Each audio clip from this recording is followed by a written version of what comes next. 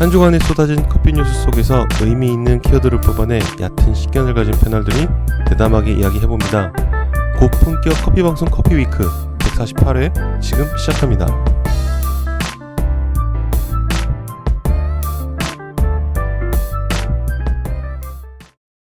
안녕하세요. 커피 만드는 마케터 윤호입니다.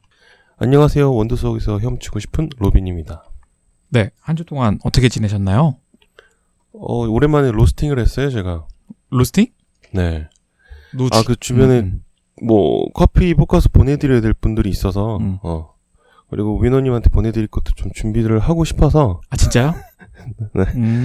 잔뜩 보내드리려고 지금 생두 좀 선별하고 있는데 약간 뭐라 그래야 돼, 올드크랍 막 패스트크랍 그런 거 보니까 이거보다 그냥 새로 뉴크랍으로 주문해야 되겠다 싶어서 뉘앙스만 좀 파악하려고 대륙별로 좀 맛보고 있거든요. 어떤 게 좋을까. 그래서 드립백을 만들었는데 네. 보내드렸던 분한테 좀 죄송하긴 하지만 다시 만들어서 보내드리기로 했어요. 아, 왜요? 제가 이게 좀 관가를 한 게 통상 평균 이상의 맛은 나겠지 하고 미리 먼저 포장해서 보내드리고 나중에 맛을 보니까 너무 맛이 없는 거예요. 약간 그 커피 부심 있었구나. 자기가 볶은 거에 볶음 부심. 그 정도까지는 아닌데. 나는 맛 테스팅 안 해도 이 정도는 이런 거? 아니요. 최선을 다해서 볶긴 했어요. 기계가 볶아주는 거긴 하지만 제 나름대로 기존에 그냥 실패하지 않았던 데이터를 적용해가지고 볶아서 생두는 되게 스페셜티로 선별을 했죠. 에티오피아, 첼바부터 해가지고 파나마, 에스메랄다 이런 걸로 제가 먹어봤던 것 중에서 맛있었던 걸로 좀 선별해서 볶아서 보내드렸는데 네. 이게 이게 생두 탓인지 제 로스팅 탓인지 잘은 모르겠지만 네. 그래서 다시 보내드리고 제 전시중에 약간 스크래치가 나서 다시 볶아서 보내드리기로 했어요. 아, 그래요? 네. 그러면 근데 맛있다고 일단 카톡에 올려주시긴 했는데 사람들이 착한 거지. 그래도 농담이고요. 그래서 민호님이 아무 말 없으셨구나. 제가 볶아드린 거. 아니요, 저는 지금도 잘 먹고 있어요.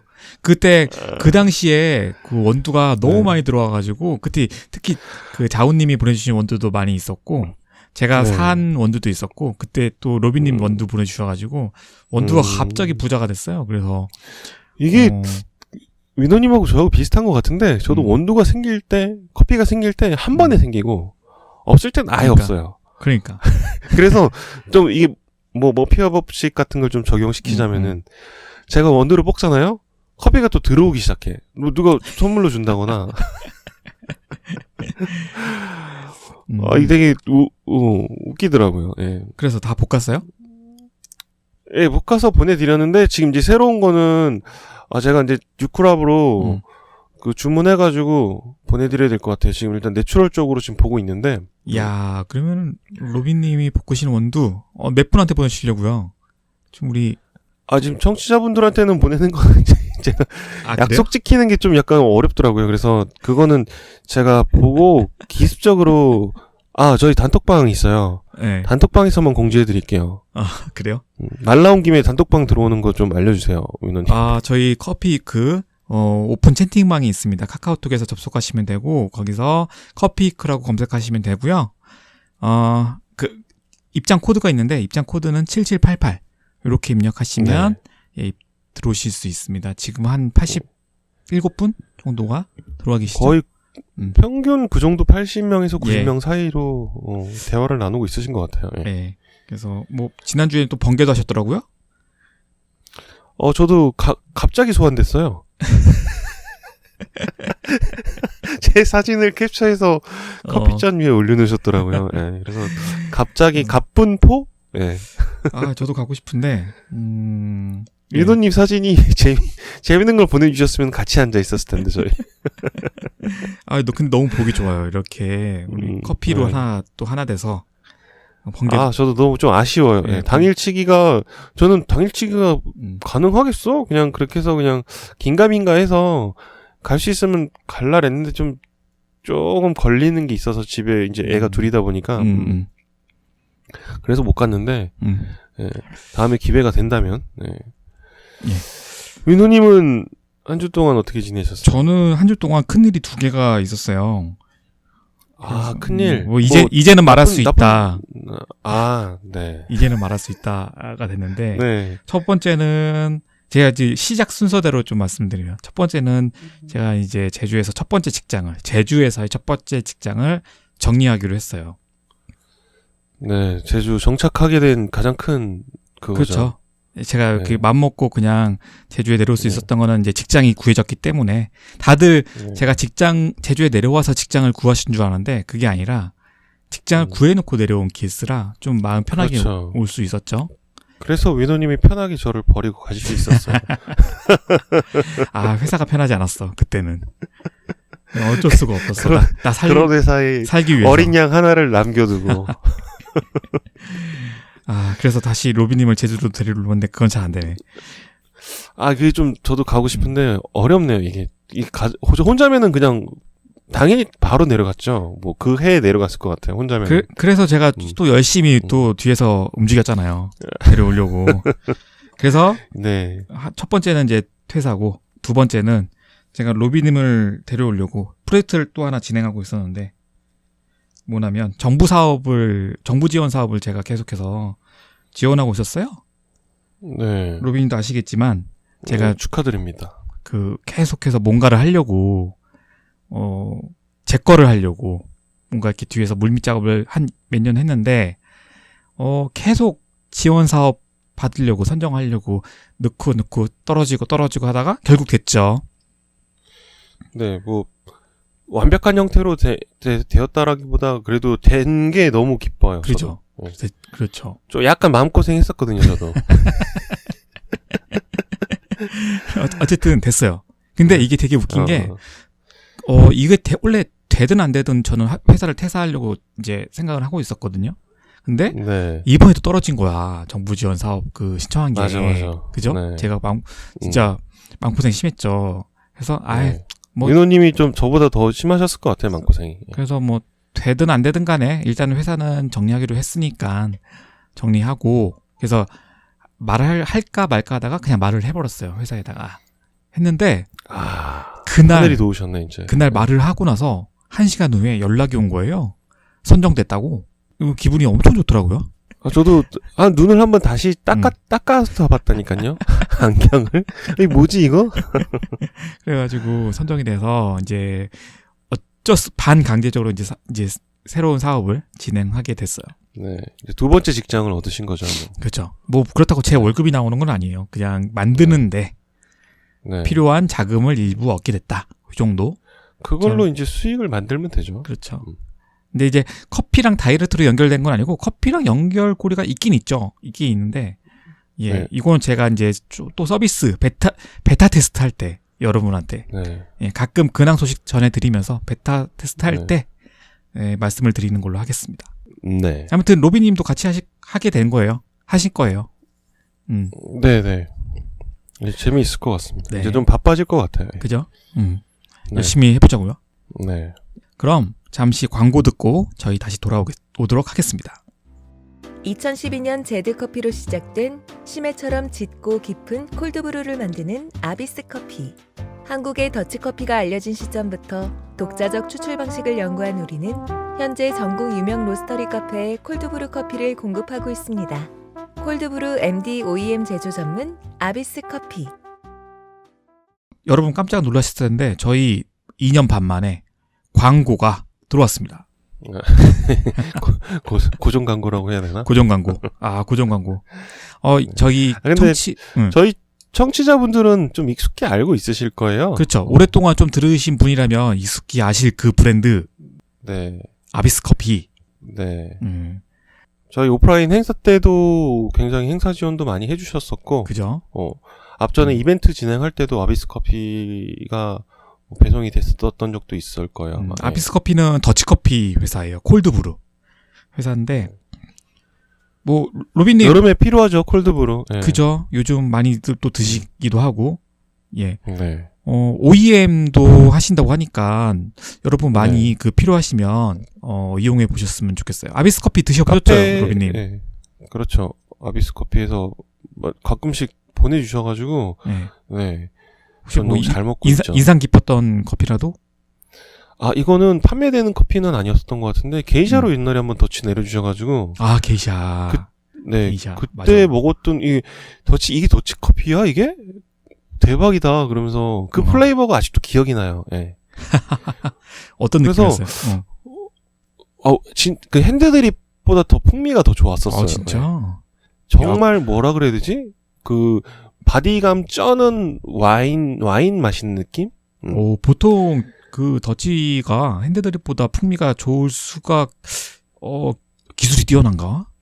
뭔가 다르겠죠? 저는 그때 그래서 게이샤가 보통 되게 화려하고 막 그러잖아요. 그게 그냥 고스란히 느껴지니까 더치에서 보통 제가 느끼는 건 약간 흑의 뉘앙스를 많이 느끼거든요. 저는 네네. 네. 얼씨하다 네. 그런 뉘앙스가 근데 이게 더치 맞아라고 생각할 정도의 커피였던 걸로 기억을 해서 네.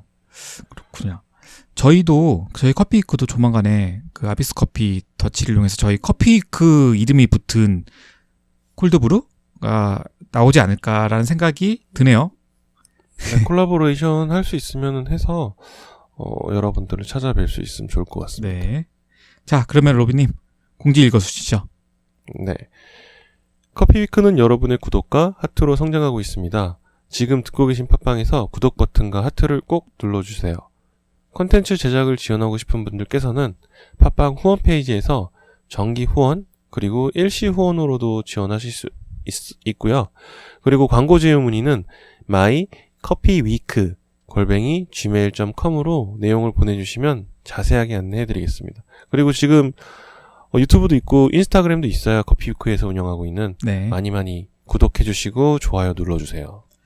2020 카페 살리기 프로젝트 로빈과 윤호가 여러분의 커피 사업을 응원합니다. 카페 예비 창업자 또는 카페를 운영하시는 분들을 위해서 컨설팅을 해드립니다. 현재의 상황이나 앞으로의 계획을 메일로 보내주시면 방송을 통해 익명이 보장되는 오픈 컨설팅을 해드리겠습니다. 메일 주소는 mycoffeeweek@gmail.com이니 많은 신청 부탁드립니다.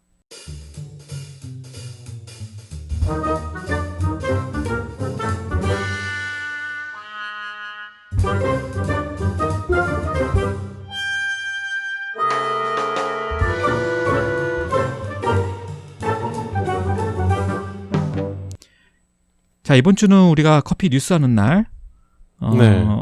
어떤 뉴스들이 있었는지 로빈님부터 한번 빠르게 시작해볼까요? 네, 가보겠습니다. 근황이 좀 길었죠? 네. 자, 시작하겠습니다. 로빈이 준비한 첫 번째 뉴스는 파이낸셜 뉴스에서 가지고 왔어요. 오랜만에 좀 프랜차이즈 소식인데요. 엔젤리너스 에서 햇 원두 원데이라는 프레시 캠페인을 진행한다고 해요. 예. 이게 뭐냐면은 1년 내 생두로 당일 개봉 사용 원칙을 지키기로 했나 봐요. 그 패스트 크랍을 안 쓰겠다? 네네네. 그리고 로스팅된 원두를 개봉한 거를 당일 내에 소진을 하고, 그거를 다음날로 묵히지 않는 시스템인 것 같아요. 야, 쉽지 않을 텐데, 프랜차이즈에서. 커피향 손실을 최소화하기 위함이라고 하는데, 좀 자세하게 살펴보면은, 엔젤리너스는 수확 1년 이내 생두인 햇 원두를 사용하고, 당일 개봉한 원두 사용 원칙인 프레시 캠페인을 운영해서 커피 품질을 강화하겠다고 26일 밝혔어요. 엔젤리너스 원두는 국제 커피 감정사 큐그레이더라고 표현해놨네요. 네, 큐그레이더가 엄선한 최고 품질 에티오피아, 콜롬비아, 브라질산 등 뭐 다른 것도 블렌딩 했나봐요. 네, 그런 블렌딩한 건데 커피가 특허받은 퓨어 로스트 시스템? 이게 어떤 건지는 제가 검색해보니까 나오질 않아가지고 생두를 공기 중에 가볍게 띄어서 360도 균일하게 배전해 타거나 덜 익은 곳 없이 커피를 고유의 깊고 부드러우며 풍부한 맛을 즐길 수 있도록 하는 게 무중력 특징이래요. 상태로 볶은 건가? 어떻게 공주를? 그러니까 이게 여기서 설명하기로는 그냥 한 곳에만 열을 받는 게 아니라 균일하게 열을 받아가지고 로스팅된 온도 시스템인 것 같아요. 열풍 시스템으로 했나? 그래서 엔젤린 블렌딩 온도의 규격은 기존 2kg에서 50% 줄인 1kg로 운영해서 개봉한 온도 산화를 줄이기로 했답니다. 아, 그건 좋네요. 네. 2kg로 썼구나. 전 이것도 처음 알았네요. 보통 카페에서 주문을 하거나 아니면 직접 볶으실 때 보면은 1kg 단위로 포장을 하지 않나요? 그죠? 1kg 단위로 하죠. 네. 저도 저희 예전에 그 제이 마운틴 커피 지금은 없어졌지만 납품할 때 1kg로 납품했던 기억이. 예. 그래서 엔젤리너스 커피는 지금 오정세 배우가 모델로 활동하고 있어요. 그래서 뭐 이것저것 하고 있는데 저도 예전에 한번 말씀드렸던 것 같긴 한데 엔젤리너스 커피가 커피 맛이 좋아졌어요라고 제가 한번 방송에서 말씀드린 적이 있었던 것 같거든요. 작년쯤에. 네.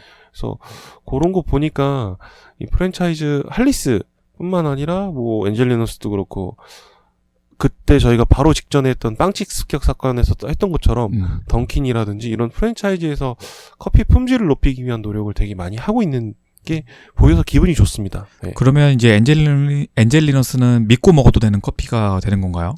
네, 이게 만약에 100% 뭐 진실성 있게 지켜진다고 하면은 네. 그러면은 그 당일 사용하지 못한 온도에 대해서는 뭐 버린다라든지 아니면은 마감 칠 때 뭐 그런 걸 좀 증명해주는 뭐 영상이라든지 그런 기사가 또 후속 조치로 나오면은 더 좋겠죠? 맞아요. 그게 시스템으로 돼 있지 않으면 쉽지 않거든요. 네. 그 아깝거든요, 원두가. 맞아요. 예. 이거 뭐 그것죠, 뭐. 장사가 잘 안 되면은 뭐 하나라도 아껴야 되는데, 이거 아까워 하면서 안 팔리니까 원두가 계속 거기 통에 담겨 있는 거예요. 그죠. 그 그라인더 통에. 하물며 이런 것도 있긴 있어요. 뭐냐면 보통 카페에서도 호포에 있는 거를 마감할 때 네. 호포에 그냥 두지 그 다음 날까지 다른 데 보관하진 않잖아요. 근데 가장 나쁜 맛을 내는 게 그 갈려있는 호포에 담겨있는 그 전에 갈리다만 그 부분이 같이 나오면서 이제 커피 맛이 나빠지는 거 아닌가요? 그래서 원래 갈리다 만 건 호퍼를 막고 나머지 갈리다 만 거는 다 그냥 뽑아내고 네, 맞아 다 뽑아내요. 네, 네, 그다음에 마감을 칠 때 그렇게 쳐야 돼요. 네. 그다음에 원두 자체도 다른 데다가 부어서 따로 보관을 해야 되는 게 원칙인데 잘 안 되죠, 그것도. 힘들죠. 실제로는. 뭐 예. 커피 바리스타들 뭐 돈이라도 많이 주면은 그렇게 하겠는데 아니면 주인분들 같은 경우에는 직접 그렇게 하셨으면 좋겠어요. 저도 커피를 배울 때 그렇게 배웠거든요.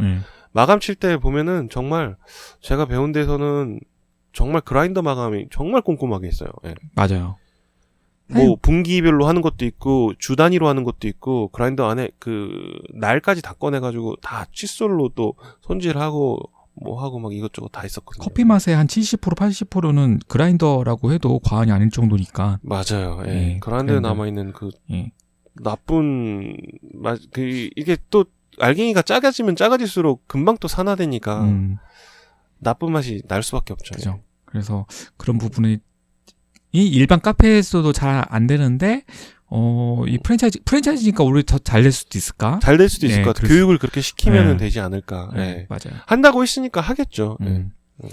좋습니다. 이런 행보 되게 응원합니다. 그렇죠. 엔젤리너스. 저희 뭐 이런 커피의 품질을 높이는 노력들은 저희는 환영해요. 너무 좋아요. 햇 원두 원데이. 이런 작은 게 프레시 결국 캠페인. 브랜드 이미지를 바꾸는 거 아닙니까? 네, 맞아요. 그죠? 엔젤리너스 좀 많이 안 보여요, 요즘에. 근데 간혹가다 좀 지나가다 보이는 데가 그렇게 많지 않더라고요. 많이 줄었어요, 제가 생각하기에. 이 엔젤리너스. 그렇구나. 그냥 내실을 다진다고 생각하죠. 네, 알겠습니다. 무분별하게 확장하지 않고. 그렇죠. 자, 다음 기사 제가 해볼게요. 자, 우리 스타벅스 커피가 이제 커피라는 이름을 안 쓰는 거 알고 계시잖아요. 그냥 스타벅스 네, 이렇게. 뭐 네. 그 이유는 이제 커피라는 단어가 주는 어떤 그 한계성 때문에 이제는 그 스타벅스의 확장 요즘 제품군이 거의 요즘 보니까 스타벅스는 굿즈 스토어라고 해도 될 정도로 보니까 스타벅스는 저희가 간단하게 정의 저번에 하지 않았었나요? 마케팅 회사라고? 마케팅 회사, 금융회사, 금융회사, 마케팅 회사. 네. 네, 제가 그 좀 준비를 하고 있는 게 있는데 스타벅스가 왜 금융회사인지, 왜 금융회사라고 하고 있는지를 좀 기사를 심도 깊게 좀 준비하고 있거든요. 그건 다음에 좀 해드릴 건데. 기대됩니다. 예. 네. 달콤 커피가 론칭 9년 만에 공식 브랜드 명을 바꾼다고 해요. 그 달콤 커피에서 커피를 뺀 주식회사 달콤, 요걸로 브랜드 명을 바꾼다고 하는데, 이유는 뭐 대충 아시겠죠? 네, 커피를 빼는 게 이게 확장성을 가져가려고 그렇죠. 하는 것 같은데. 예, 최근 이제 카페에서 커피 이상의 가치를 우리가 추구하겠다. 또 소비 트렌드가 그렇다 보니까 거기에 대응하기 위해서 커피라는 이름을 뺀다라는 거예요. 그래서 뭐 우리 브랜드 쪽에서는 뭐 원래 달콤 커피 자체가 음악으로 시작한 카페잖아요. 음악의 차별화를 둬서. 그래서 이제 그 음악과 라이프 스타일, 휴식, 트렌드, 푸드테크 뭐 이런 것들을 통해서 일상을 달콤하게 만드는 융복합 컬처테리아. 그래서 카페 공간의 가치를 확장하겠다라고는 그 이름으로 달콤에서 커피를 뺐다고 합니다. 그래서 이번 브랜드명 변경을 기점으로 해서 원두 리뉴얼을 하고요. 베이커리 메뉴를 확대하고요. 그 다음에 시그니처의 라인업을 보강시키고 소형 매장도 출점하겠다고 해요. 테이크아웃 같은. 그 다음에 플래그십 스토어도 오픈하고, 그 다음에 베란다 라이브. 그 달콤 커피에서 쭉 밀어왔던 그 음반, 컴필레이션 음반, 베란다 라이브의 내실도 강화하고, 그 다음에 로봇 카페도 하고 있잖아요. 그래서 이 부분도 서비스 고도화를 하겠다라고 합니다. 현재 그 달콤은 국내에 200개의 매장이 있대요. 꽤 많죠?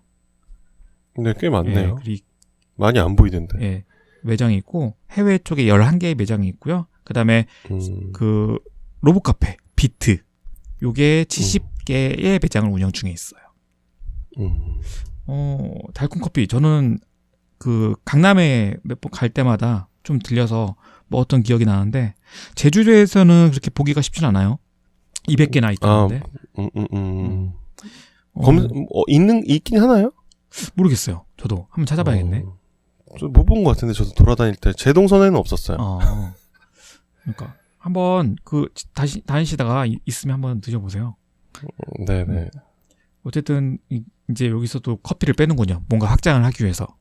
그런 것 같아요. 뭐 음식을 팔라 그러나 이제. 그러니까 약간 전략이 다른 게, 엔젤리너스 커피는 커피를 더 강화시키는. 커피를 강화하고. 하고, 달콤 커피는 커피를 빼고 조금 더 확장하려고 하는 그런 전략을 가지고 있네요. 그 제품군을. 달콤이니까 달콤 뭐 그런 걸로 가지 않을까? 달달한 뭐 달달구리한 뭐 달고나가 들어가나? 뭐 빵도 할 거고. 예. 좀 메뉴도 확대하고 한다니까 어떻게 변하는지 한번 보자고요. 이게 달콤, 그러니까 브랜드명을 바꾸는 게 자체가 말은 쉽지만 간판부터 시작해서 뭔가 이렇게 이미지를 다 바꾸는 작업들을 해야 되니까 이게 쉽지는 않거든요.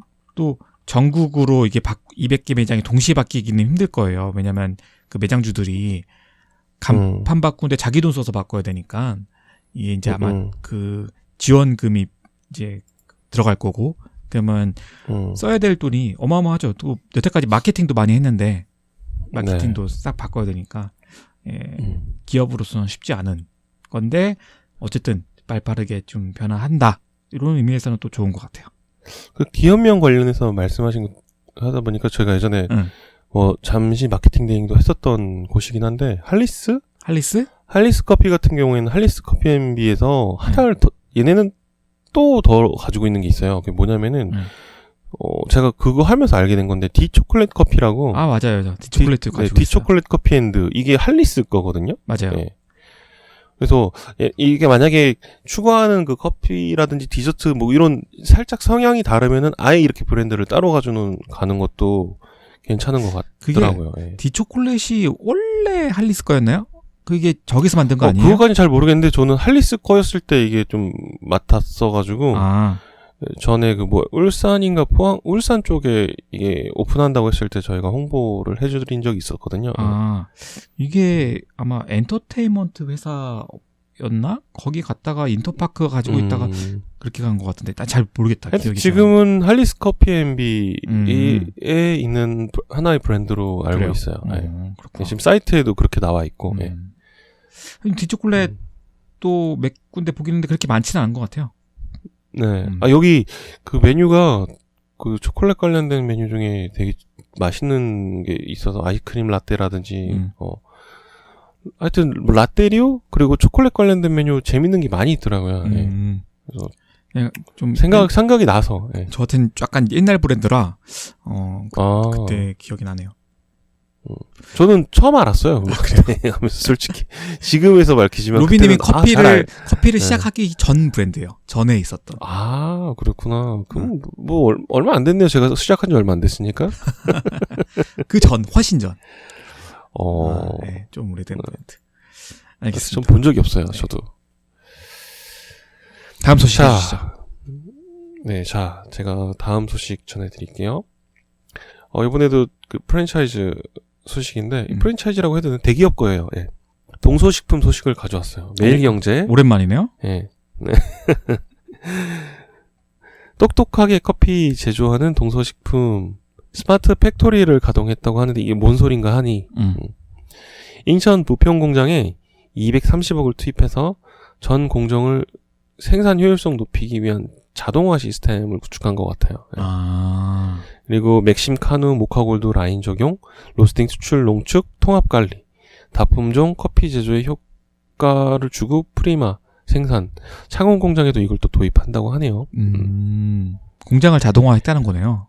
네, 스마트 팩토리 이게 인스턴트 여기서 얘기하기로는 거의 전 세계 최초라는 설명을 곁들였어요. 커피 제조 인스턴트 커피 제조 공정에 첨단 기술을 도입한 건 전 세계 최초래요. 네. 그렇구나. 대단하네요. 네. 불러주시면 갈 텐데 찍으러. 사진 찍으러? 네. 구경도 하고 영상도 찍고 인터뷰도 하고. 네. 동서식품 관계자분들 연락 주세요. 네. 네, 연락 주세요. 견학까지. 230. 네. 근데 동서식품에서 230억 원 들여서 이 정도 뭐 기사까지 날 정도면은 그래도 준비를 했던 사업인 것 같아요. 꽤 오래전부터. 예. 이디야에서도 이런 평택에 엄청 큰 거 세웠잖아요. 네. 뭐 그거와는 좀 틀리긴 하지만 이건 인스턴트 공정이긴 한데 여기서도 더 강화를 하고 있어요. 어떻게든 생산 효율을 높이기 위해서. 또 사람이 설 자리가 좀 없긴 하겠지만 그래도 이제 그거 관리하는 사람들은 좀 더 늘어나지 않았을까. 아니 저는 인스턴트 커피를 그렇게 잘 마시는 편은 아니지만 그 마트에 시장이 있는 엄청 크더라고요. 예. 마트에 있는 카누 이런 거 있잖아요. 패키지. 네. 이걸 보면은 진짜 갖고 싶어요. 갖고 싶게 만들어놨죠. 그러니까 저 지금 최근에 가서 괜히 산 거 있거든요. 샀는데 아직 한 번 뜯지도 않았어요. 근데 그대로 있는데. 그 텀블러 최근에 나온 거 텀블러? 아니요, 그 굿즈 말고 그냥 커피 자체의 패키지. 그리고 요즘 보니까 카누 뭐 시그니처 블랙인가 해서 조금 고급스러운 버전도 나왔더라고요. 그거 나온 지 꽤 됐죠. 저희가 한번 다룬 적도 있었고. 네, 그거 5,000원인데 그거는 예쁘다 사고 싶다 했는데 사지는 않았어요. 근데 디자인이 너무 예뻐서. 근데 패키지 말씀하셔서 그러니까 요즘에 굿즈 껴서 파는 것도 많잖아요. 항상 여름 시즌 되면은 굿즈 팔잖아요. 그리고 저거 난리 난 거 있었잖아요. 그 스타벅스. 내가 아까 그 얘기 하려고 했는데 깜빡했는데. 그게 뭐예요? 그 단톡방에 그거 보고 깜짝 놀랐어요. 그냥 커피 굿즈 받으려고 커피만 사서 버리고 굿즈만 가져간 거예요. 아니 그걸 그렇게 할 가치가 있는 거였어요, 그게? 그냥 뭐 예쁘게 만들긴 했더라고요. 로고 일단 저건 인정하잖아요. 그 스타벅스 브랜드 로고 박힌 제품은 똑같은 컵이 있더라도 스타벅스 로고가 박혔냐? 아니면은 그냥 뭐 텍스트로 박힌 뭐 커피라는 잔하고 그 가치 차이는 달라지는 건 알고 있으시잖아요. 그거 아는데 저는 이제 기사를 완전히 읽어보지는 않았지만 커피를 500잔을 샀다, 600잔을 샀다. 그러니까 그거요. 하나만 갖고 싶었던 게 아니라 여러 개를 갖고 싶었던 거죠. 진짜? 그러면은 막 그 굿즈를. 그래서 그 굿즈 하나를 받으려면 17잔인가 아닌가요? 그거 모르겠어요. 그렇게 알고 있거든요. 그래서 그래서 그거 7개인지 10개를 갖고 싶어서 그만큼을 커피를 산 거예요. 진짜. 그런데 또 어떤 분들은 그걸 받아서 얼려놓는다고 하시더라고요. 그거를. 얼려놓는다고요? 네, 그러니까 커피를 사서 일단 얼리는 거죠. 그때 다 못 먹으니까. 굿즈를 받기 위해서 커피를 한 번에 많이 사야 되니까 다 못 먹잖아요. 네. 얼렸다가 나중에 우유에 타먹는 분들도 있으시더라고요. 네. 대단하다. 근데 저도 갖고 싶긴 하더라고요. 그 되게 뭐라 그래야 되지? 뭐 파우치 같이 생겼는데 여행용 파우치처럼 생겼거든요. 예쁘긴 하더라고. 굿즈 잘 만들었어요, 걔네. 그래요. 좀 네. 하여튼 뭐 굿즈 시장도 장난 아닌 것 같아요. 브랜드 추종자들이 많은 곳은 우리 굿즈도 빨리 만들어야 될 텐데. 그렇죠. 저희도 굿즈 만들면은 그렇게 사주시는 분들이 있으면 좋겠죠. 그러기 위해서는 우리 브랜드가 스타벅스만큼 커져야죠. 네, 뭐 스타벅스까지는 아니더라도 그냥 딱 들으면은 커피 위크 그 정도는 됐으면 좋겠어요. 네. 목표입니다. 목표. 그렇게 만들어 주세요. 이 숙제입니다. 위노님 숙제요. 제 숙제예요? 자, 그 숙제를 위해서 제가 두 번째 소식 해볼게요. 네. 저희가 2019년 12월에 이런 소식을 한번 전해드린 적이 있어요. 뭐냐면 독일계 투자회사 JAB 홀딩스. 그럼 우리 JAB 홀딩스 진짜 많이 얘기했잖아요. 얘네 뭐 많이 합병을 하지 않았나요, 걔네가? 뭐 이것저것. 그렇죠. 인텔리젠시아도 가지고 네. 있고. 네. 커피의 골리앗 같은. 네, 스톰타운 커피도 얘들이 인수했죠. 그래서 어쨌든 이 JAB 홀딩스가 작년에 자사 커피 브랜드인 JDE하고 피치커피를 합병했다는 얘기를 저희가 했어요.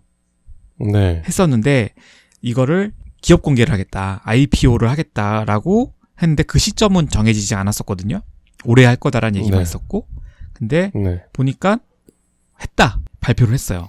이게 왜 중요하냐면 JDE 피치라는 회사가 기업 공개를 하게 되면은 약 한 30억 유로의 자금을 모을 거다라고 했어요. 그러면 이게 우리나라로 치면 한 3조 9천억 정도의 자금을 모으게 되는 거거든요. 그래서 요것 때문에 전 세계 1등의 커피 브랜드가 된다. 스타벅스를 뛰어넘는.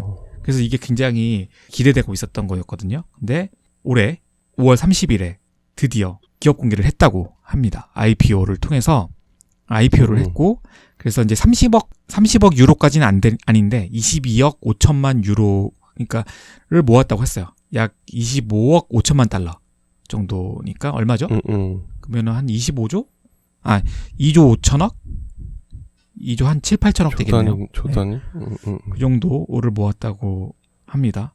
그래서 이게 지금 현재 1등인지 세계 1등인지는 그것까지는 모르겠는데 어쨌든 이런 소식이 들려왔어요. 그래서 IPO가 뭔지를 좀 모르시는 분들을 위해서 제가 간단하게 말씀드리면, IPO는 왜 그런 기업 있죠. 상장을 안 했는데 엄청 잘 나가는 기업들 있잖아요. 네. 이 비상장 기업이죠. 비상장 기업이 유가증권 시장이나 아니면 코스닥 이런 시장에 상장을 하기 위해서 자기네 가치를 주식이랑 비교를 해야 되는 시점이 오잖아요. 상장하려면 이게 내 기업의 가치가 주식의 가치 얼마랑 비슷하다라는 거를 공지를 해야 돼요. 그 투자자들한테. 나는 내 주식 한 장을 내가 이제 곧 상장을 할 건데 내 주식의 한 장은 어느 정도와 비슷해. 어느 금액과 비슷해라고 이렇게 공지를 하는 거예요. IPO라는 게. 그래서 주식의 가치가 터무니없이 비싸다. 그러면은 그 소액 주주들이 안 사겠죠? 그렇죠. 안 사고 주식 가치가 적정 가격을 제시를 해야겠네요. 기업 가치보다 주식 가치가 훨씬 더 낮게 책정되어 있다. 그럼 어마어마하게 사겠죠. 그래서 이런 식으로 해서 이제 그 상장을 하게 되는 거예요. 상장 요건을 만들게 되는 거예요. 근데 이 JDE 피치는 이게 굉장히 높게 평가가 됐다고 해요. 주식의 가치가. 그래서 성공적으로 상장을 했다고 합니다. 결과적으로 봤을 때 총 20개 은행이 총 5,980만 달러의 수수료를 챙겼고요. 챙길 것으로 예상됐고요.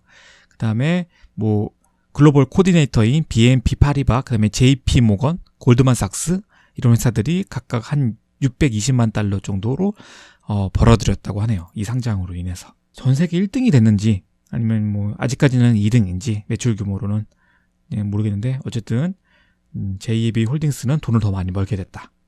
네. 좀 어려운 얘기를 했는데 이런 좀 글로벌한 것도 우리가 종종 얘기를 해야 커피 시장이 어떻게 그거를 어떻게 투자하는지를 알려주세요. 저한테. 해외 주식 투자를 알려주세요. 걔네 거는 가지고 있으면은 약간 장기적으로 갖고 있으면 도움이 될 것 같은데. 그래요. 스타벅스, 그 다음에 JAB 홀딩스, 그 다음에 네슬레. 블루버틀을 소유하고 있는 네슬레. 이렇게 이 정도? 되게 큰 회사죠. 보시면 될까요? 코카콜라도 요즘 커피 쪽에 또 진출 많이 하고 있고. 네. 시도는 계속 하고 있죠. 보니까. 자, 저희 두 번째 소식은 여기까지입니다. 자, 그럼 로빈이 준비한 세 번째 뉴스는 네. 보리, 컬러보리라고 혹시 들어보셨어요, 민호님? 고리 컬러보리? 컬러보리. 우리 보리차 할 때 보리요? 네네. 몰라요. 그게 뭐예요? 이게 보리 산업 재도약을 이끄는 컬러보리라는 제목의 농업인 신문에서 제가 가지고 왔어요. 농업인 신문? 네. 네, 왜 갑자기 커피비크에서 보리 얘기를 하냐. 그러니까. 이게 보리 산업을 이끄는데, 음료 시장에 쓰인 블랙보리. 이거는 제가 커피 안 드시는 분들한테 대체제로 제가 말씀을 누차 드렸었어요. 아, 그거 커피 맛이랑 진짜 똑같아요. 예. 그래서 검정보리, 이게 하이트진루에서 세계 최초로 검정보리를 일상에서 간편하게 마실 수 있도록 음료화한 제품이라고 해요. 그래서 이건 전 커피 맛이라고 정말 유사하다고 생각했는데, 네. 이걸 이제 또 이렇게 사용하더라고요. 수입 원두를 대체해서 디카페인 보리 커피를 개발을 했어요. 디카페인 보리 커피? 오, 이거 네. 신기하네. 그래서 이게 지난해 일정 비율의 디카페인 커피 원두를 국산 검정 보리인 흑 누리로 대체해서 카페인 함량을 낮추고 베타클로간과 등 기능 성분이 들어있는 디카페인 보리 커피를 개발을 했대요.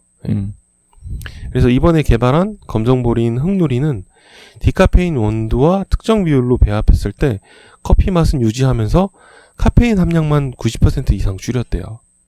국내 커피 시장 규모보다 뭐 지금 여기서는 얘기하기로는 7조라고 하는데 이거보다 좀 더 크지 않나요, 저희가? 아닌가? 아직까지 좀 파악은 못했어요. 7조는 넘을 것 같아서 그래서 충분히 증가 보이고 있는데 원두는 지금 전량 수입하고 있는데 이 보리를 이제 블렌딩에 사용하라 할 수 있도록 개발을 한 것 같거든요. 그래서 이 보리가 만약에 대체제가 된다면은 굳이 그 맛 자체가 되게 구수하다고 하면은 그 원두를 블렌딩 할 때 100% 원두만 블렌딩 안 해도 될 것 같은. 야, 그러면은 커피에 이제 보리가 블렌딩 되는 시대가 온다고? 그렇죠. 거기에 그 카페인도 90% 낮출 수 있다니까. 야, 신기하다. 그렇게는 건강에도 좋은 거네요. 예. 그렇게는 생각을 안 해봤는데. 이것도 곡물이다 보니까 로스팅 하면은 어차피 얘네도 크랙이 일어나고 이게 또 구수한 맛이 나잖아요. 그 뭐지? 예전에 저희 롭스타 막 볶아서 먹어봤을 때 정말 이거 100% 보리차다 막 그런 맛 느꼈었잖아요. 그런 로브스타 쪽을 또 블렌딩에 또 활용도 많이 하고 있으시니까 뭐 카페에서도 대체적으로 충분히 가능성이 있는 제품인 것 같습니다. 와. 보리가. 다양성을 인정하는 측면에서 봤을 때는 나쁘지 않은데. 네. 와, 이거는 커피 하시는 분들은 또 반발할까요? 이거 커피잉 불가 뭐 이런 거 나오지 않을까요? 커피에다 무슨 짓을 한 거냐? 커피 신기하긴 하네요. 네. 생두래. 뭔가 이렇게 핸드드립 형태로 나오거나 그러진 않겠죠? 그냥. 아니요, 핸드드립 형태로도 나오는 거예요. 예. 진짜? 뭐, 핸드드립용으로도 나오죠. 커피, 뭐, 핸드드립으로 먹든, 에스프레소로 먹든, 그거는 자기 기호에 따른 거니까, 뭐, 여기서 만든 거 보면은 콜드브루 형태의 커피도 있고요. 드립백도 있고, 그리고 홀빈 형태의 원두 패키지로 판매를 해요. 나중에 한번 사 먹어봐야겠네. 이게, 그러면은, 원두 봉투를 뜯었는데, 그 안에 원두랑 볼이랑 같이 들어있는 거잖아. 그렇죠. 근데 볼이 알갱이가 꽤 커요. 예. 맞아. 블랙볼이라서 그런지 몰라도 이렇게 큰지 몰랐어요. 그 율무보다 조금 더 큰 느낌이거든요. 약간 로브스타 볼이. 역할을 할 수도 있긴 있겠네요. 예. 가능할 것 같거든요. 이게 또 개발했다고 하니까 맛이 비슷하니까 이런 얘기를 했겠지. 아니면은 이런 얘기는 안 했을 것 같은데. 내 생각에는 커피 전문가가 끼지는 않았을 것 같아, 느낌이. 그 맛에. 근데 저 편견인가? 블라인드 테스트는 한번 해봤으면 좋겠어요, 이거. 그러게. 여기 커피 맛이 이상해요. 만약 그러면은 뭐 좀 감지한 걸 수도 있는데 커피 맛이 특이하네요. 뭐 그럴 수도 있겠는데 보리가 섞였다라는 거는 아마 모를 수도 있을 것 같은데. 보리의 느낌이 나요. 뭐 이런 나오겠죠? 구수하네요. 구수하네요. 누룽지 같아요. 그런. 신기하다. 앞으로는 이제 커피 전문점에서 판매하는 이제 이렇게 되면 보리차가 되는 거 아닌가? 그러니까.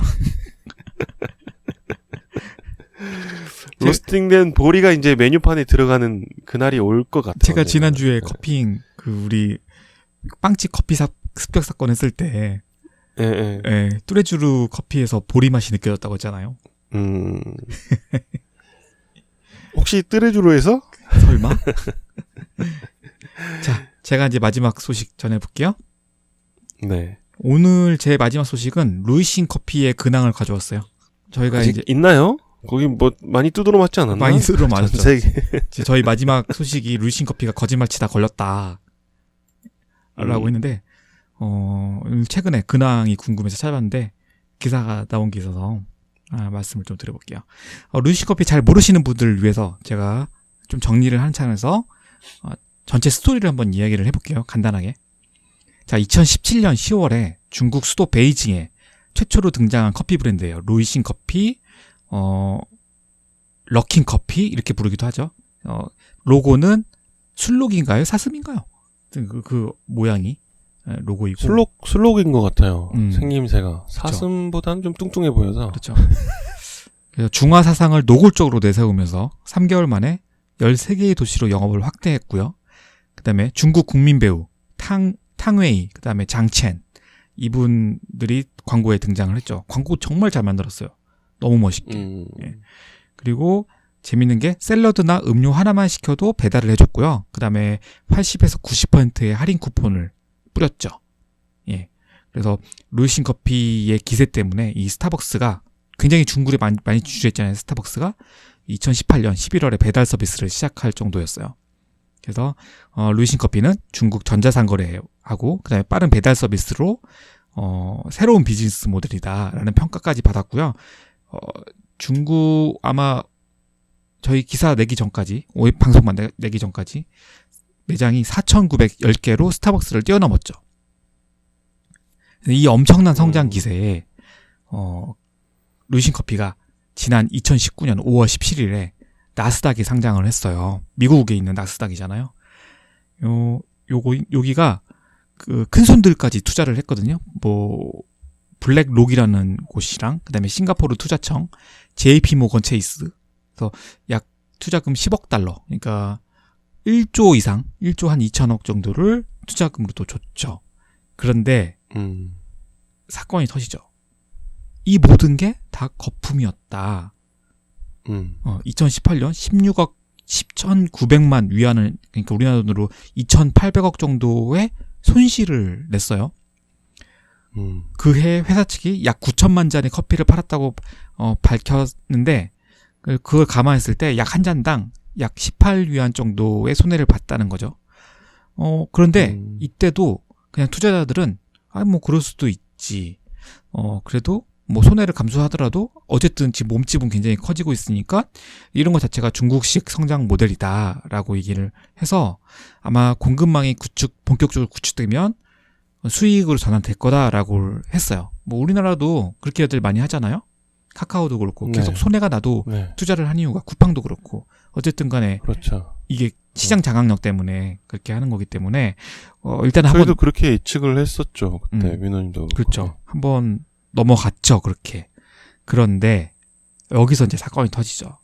지난해 2, 4분기의 매출 절반을 부풀려서 기재했다는 사실이 드러났어요. 지난해에 1에서 3분기까지의 매출액이 약 29억 2,900만 위안이었거든요. 그리고 4분기는 한 21억 위안 정도 될 거다라고 이제 추산을 했는데 이 중에 거의 한 40% 가까운 22억 위안이 거짓말이었다는 거죠. 허위로 작성됐다는 거예요. 그래서 이게 누가 밝혔냐? 루이신 커피의 사회 이사로 구성된 감사위원회에서 밝혔어요. 이 부실이 드러나자마자 주가가 폭락을 했고요. 나스닥에서는 상장 폐지 검토를 하는 이런 철퇴를 내렸어요.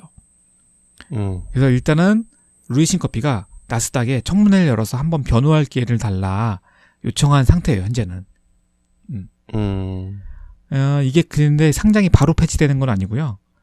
이게 청문회가 열리는데 그 청문회는 상장 기업 요청 후에 30일에서 한 45일 정도 사이에 이루어진대요. 그래서 이 기간 동안은 상장이 계속 유지되고 있다라고 했는데 아마 30에서 45일 정도는 실질적인 그냥 정리 기간이 될 거다라고 합니다.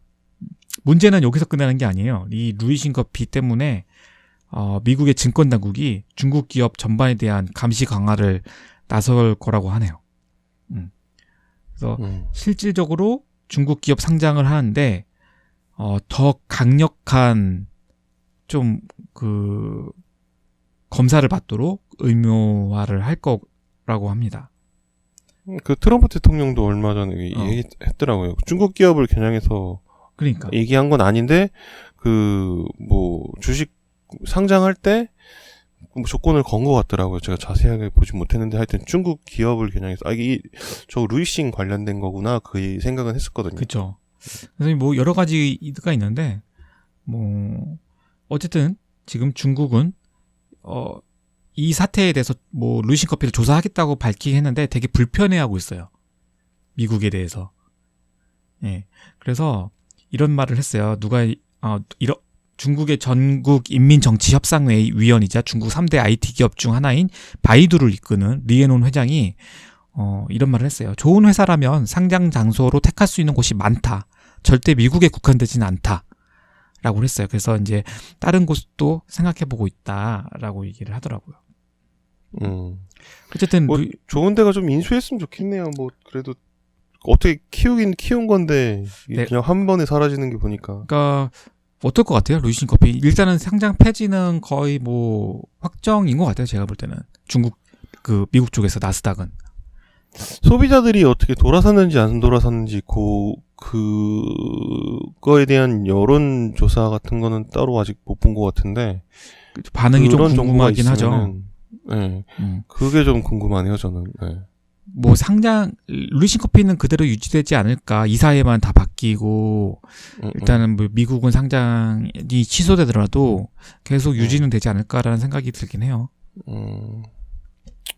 잘 됐으면 좋겠습니다. 봐야죠, 뭐. 아시아에서 그래도 스타벅스를 잡겠다고 나온 뭐 약간 근데 뭐 왜 어떻게 자국민 브랜드긴 하지만 거의 왜 거짓말을 해가지고 아쉽긴 하네요. 네. 그러니까 이 순식간이랄까요? 가는 건 한 방에 훅 갔네요. 그러니까. 자, 저는 여기까지가 이제 제가 준비한 소식이고요. 네. 하나만 더 얘기하면 제주 카페스타라고 올해 초에 열리는 우리나라에서 최초로 열리는 커피 박람회가 있는데 코로나 때문에 이게 연기돼서 저는 안 열릴 줄 알았거든요. 근데 이제 6월 11일부터 14일까지 제주 국제 컨벤션 센터에서 개최된다고 합니다. 올해로 4번째라고 하는데 마침 제가 첫 해 제주 온 해가 2번째로 열리는 해라서 2회, 3회 모두 다 가서 참관할 기회가 있었는데요. 올해도 한다고 하니까 저는 좀 가서 봐볼 생각이에요. 이게 어디 쪽이 서귀포 쪽인가요? 예, 서귀포 쪽에 신라 아래 호텔이 있어요. 중문에 있어요. 중문에.